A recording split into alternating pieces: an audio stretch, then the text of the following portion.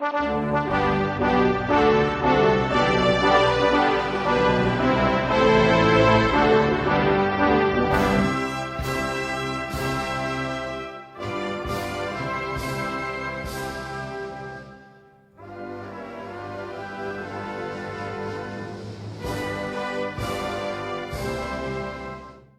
amis, on se retrouve directement depuis le nouveau siège de l'Union des Français de l'étranger, rue de Ponthieu, avec le président, M. Gérard Pélisson. M. Pélisson, bonjour. Bonjour.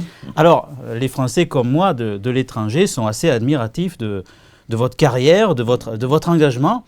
Vous êtes président de l'UFE. Quel a été votre engagement Écoutez, pour entrer là-dedans? C'est très simple.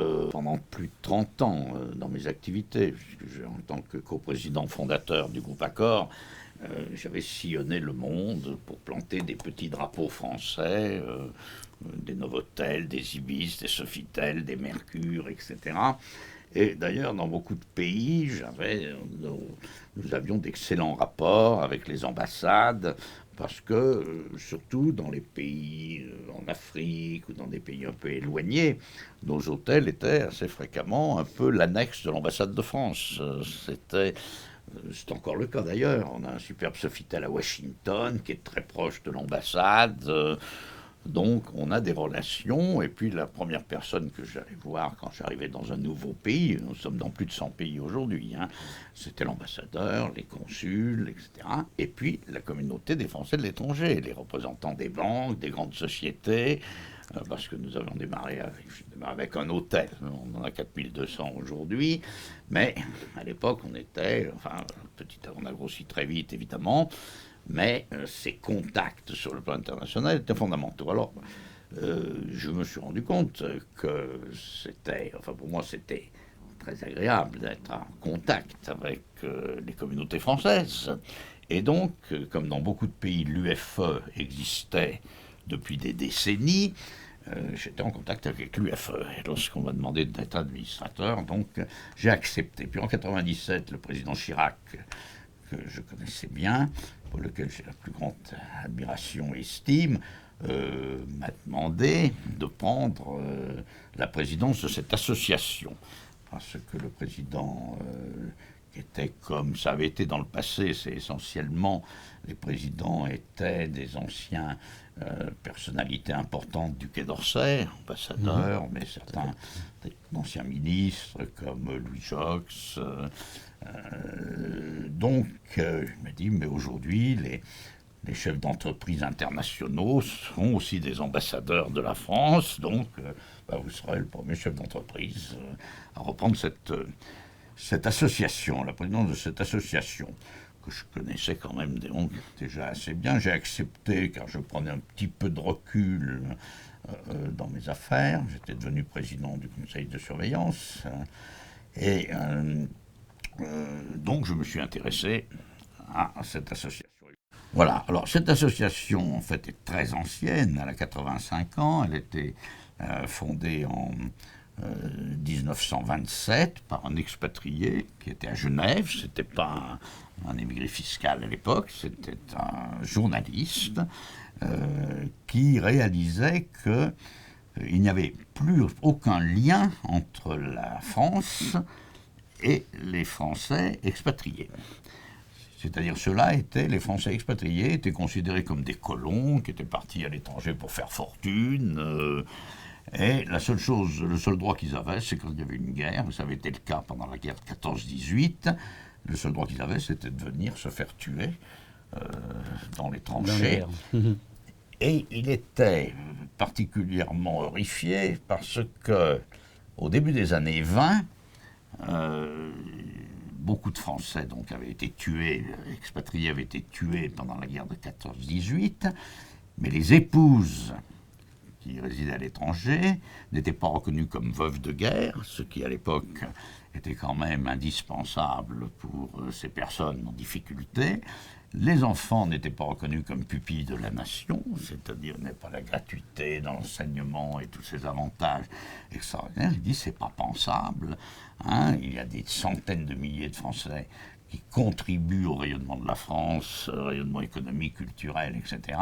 Et la mère patrie les oublie complètement. Donc à partir de 1927, Il a créé dans un certain nombre de pays des représentations, des sections de l'UFE, et cette association a grandi très vite sous l'impulsion de ce journaliste extraordinairement dynamique, tant et si bien qu'en 1936, elle a été reconnue d'utilité du public par Léon Blum.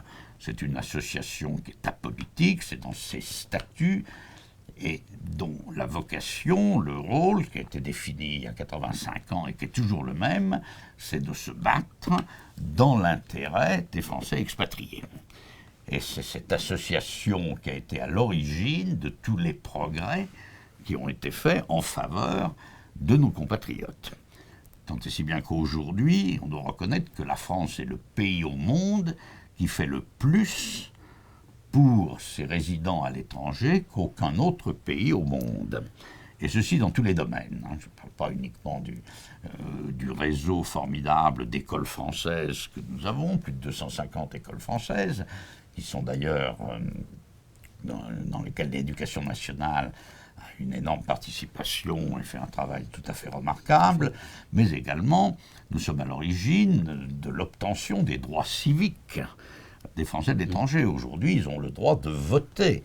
En 1945, après la guerre, on a obtenu une représentation au Sénat.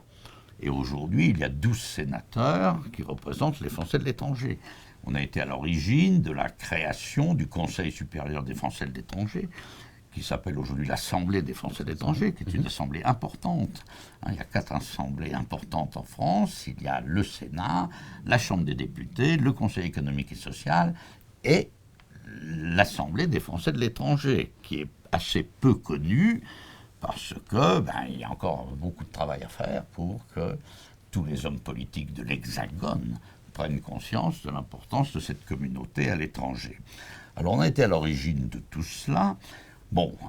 On était à l'origine de la caisse de sécurité sociale, la caisse des Français de l'étranger, et on a été à l'origine de toutes ces avancées, puisqu'on a été la seule, pendant près de 40 ans, la seule association qui se sont intéressées aux Français de l'étranger.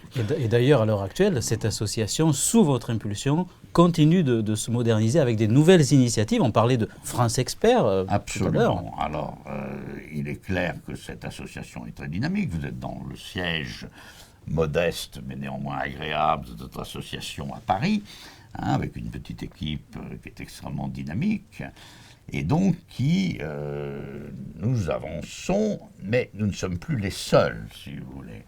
Nous allons avoir, et donc on est très fiers d'avoir été à l'origine de tout ça, puisque je dirais depuis un an, c'est un feu d'artifice, je dirais.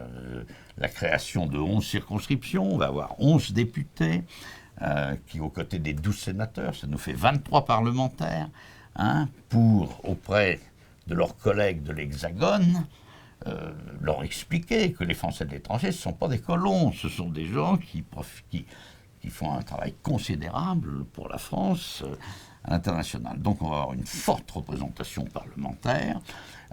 Nous avons d'ailleurs depuis peu un ministre, secrétaire d'État aux Français de l'étranger. On est le seul pays au monde à avoir fait toutes ces avancées. Concrètement, sur la nomination de ce secrétaire d'État, oui. Qu'est-ce que vous attendez en tant que, je dirais, représentant des Français de l'étranger depuis longtemps? Écoutez, d'avoir au gouvernement une personnalité, quelqu'un qui soit proche du parti des ministres, du gouvernement, qui est en charge des Français de l'étranger, c'est quand même un progrès considérable, parce que les messages à ses collègues, autres ministres, que ça soit dans les domaines de la finance, fiscalité, que le domaine de la santé, dans le domaine de l'éducation, etc., on a une présence au gouvernement. Alors qu'à l'époque, il fallait passer par le Sénat. Le Sénat, c'est une grosse machine, etc. On dépendait essentiellement, on était le ministre des Affaires étrangères, a quand même beaucoup d'autres soucis que de s'occuper, ils s'en sont occupés raisonnablement, des Français de l'étranger, mais d'avoir une personnalité dédiée pour les Français de l'étranger, je considère que c'est un pas en avant considérable. Alors là, le rôle de notre association ne fera que se renforcer, parce que ces députés, ce ministre, a besoin d'avoir des relais. Tout à fait. Dans l'ensemble du monde. Bon, nous avons 170 représentations. Beaucoup de conseillers à l'Assemblée des Français de l'étranger sont issus de notre association. Et donc, si vous voulez, ces conseillers, notre association, seront des relais pour donner aux députés et aux ministres toutes les matières, tous les problèmes, qu'ils soient bilatéraux, qu'ils soient généraux, généraux pour l'ensemble des pays. Donc, notre rôle ne peut que s'accroître, et ceci, bien sûr, pour poursuivre cette mission d'origine qui est faire en sorte que nos compatriotes ne soient pas oubliés à la mère patrie. En revanche, je souhaite qu'eux n'oublient pas non plus qu'ils sont français. Et votre initiative me fait évidemment extrêmement plaisir, parce que quand même dans beaucoup de pays, la communauté française contribue considérablement à la présence de la France, au rayonnement de la France, à ses intérêts économiques, culturels, etc. Et donc, je crois qu'il est important que, on n'est pas le seul pays au monde à faire en sorte que nos compatriotes à l'étranger se rassemblent et fassent connaître notre pays. Eh bien, écoutez, Monsieur le Président, je vous remercie. Je vous invite, quand vous serez de passage par Zagreb, à rencontrer nos amis de l'UFE Croatie.